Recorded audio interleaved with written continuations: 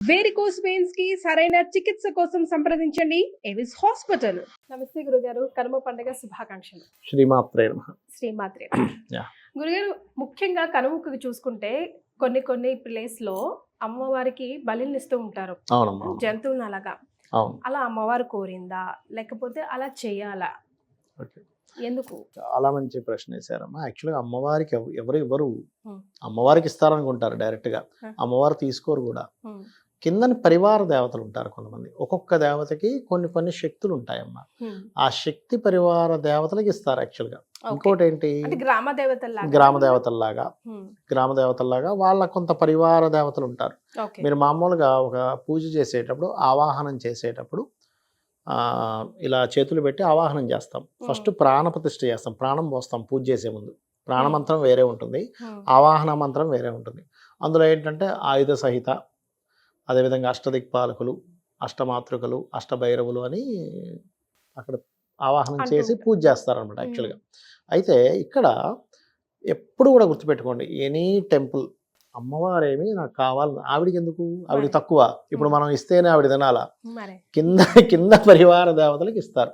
అది కూడా బలంటే ఎంతసేపు మీరు మేకలు కోళ్ళు కోయడమే కాదు, శాస్త్రంలో అన్నాన్ని కూడా బలిగా పెడతారు. అయితే ఇక్కడ చాలా మందికి తెలియని విషయం ఏంటంటే, బలిగా ఇచ్చిన దాన్ని అసలు తినకూడదు కదా గురుగారు.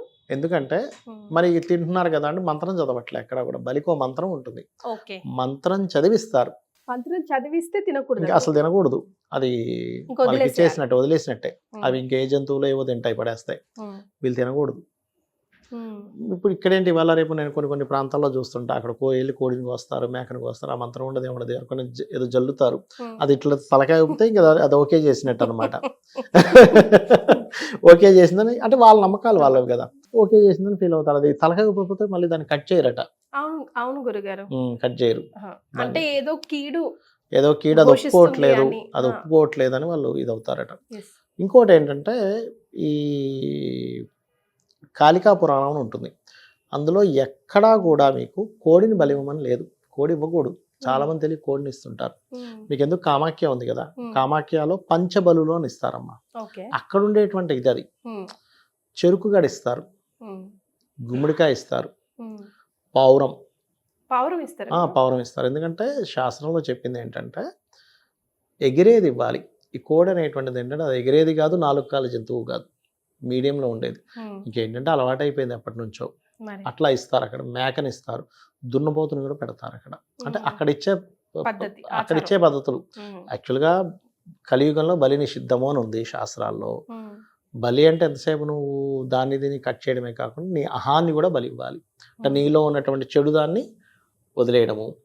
అన్నాన్ని పెట్టి అక్కడ నువ్వు అన్నము గారెలు ఏమైనా పెట్టి కూడా నువ్వు మంత్రం చదివితే ఆ పరివార దేవతలు తీసుకుంటారు.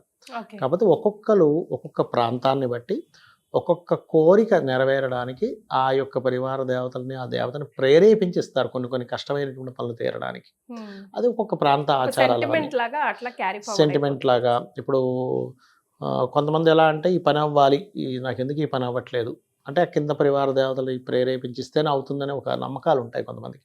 ఆ రకంగా ఇస్తుంటారు. అంతేకాని అమ్మవారు ఎక్కడ మెయిన్ పర్సన్ ఎవరు అడగరు. ఎందుకంటే మీకు ఈ చిన్న పనులు ఉంటాయి, విసిరిత అవ్వాలని అమ్మవారు కుదరొచ్చి ఏం చేయదమ్మా, కింద ఉండే వాళ్ళు చేసేస్తారు ఇవన్నీ కూడా. ఇప్పుడు మనకు పని అవ్వాలి, సీఎం గారే చేస్తారా ఏంటి, పిఎం గారే చేస్తారు, అట్లా ఏముండదు కదా. కింద ఆఫీసర్స్ ఉంటారు చూసారా, వాళ్ళ పనులు చేసేస్తారు.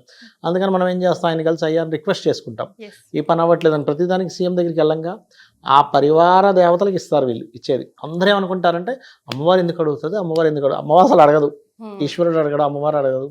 కొంతమంది గురుగారు మానేద్దాం అనుకున్నా కూడా మన వంశపార్యపరంగా వస్తుంది కదా, మళ్ళీ ఏమైనా కీడు జరుగుతుందేమో, ఒకవేళ పొరపాటున జరిగినా కూడా అందువల్లనేమో అనుకుంటూ వస్తూ ఉంటాం. అలాంటప్పుడు మనం ఎట్లా బ్రేక్ చేసుకోవాలి ఆ రూల్ ని? అంటే ఒకటే, ఒక కూష్మాండం ఇచ్చినా, ఒక నిమ్మకాయ ఇచ్చినా సరే. ఇప్పుడు మీరు అన్నట్టు అన్నం ఇచ్చినా, అవును, అన్నం ఇవ్వచ్చు, గుమ్మడికాయ ఇవ్వచ్చు. మీకు ఎందుకు, గట్టిగా కొబ్బరికాయ కొడితే కూడా అది కూడా భలే ప్రాణం ఉంటుంది. చెరుగ్గడ ఇస్తారు. అసలు లలిత ఉపాసన చేసేవాళ్ళు చెరుకు రసం తాగకూడదని చెప్తారు. ఎందుకంటే చెరుకులో ప్రాణశక్తి ఉంటుందమ్మా. ఇప్పుడు చెరుకుని కట్ చేసి మనం నాటాము, వెంటనే మళ్ళీ అది వస్తుంది. ఎందుకు వస్తుంది అంటే దానిలో ఒక ప్రాణశక్తి ఉంది, అందుకే ఇస్తారు. నిమ్మకాయ ఇస్తారు, కొబ్బరికాయ, గుమ్మడికాయ, ఎందుకు అంటే కింద పరివార దేవతలకి వీళ్ళు మొక్కుకొని కరెక్ట్గా పనిచేసి ఆ కొబ్బరికాయ గుమ్మడికాయ ఇస్తే పని జరుగుతుంది కూడా. మీరు ప్రాణమే ఇవ్వాల్సిన అవసరం ఏం లేదు అక్కడ. చాలా సంతోషం గురుగారు, ధన్యవాదాలు. శ్రీమాత్రే నమః. శ్రీమాత్రే నమః.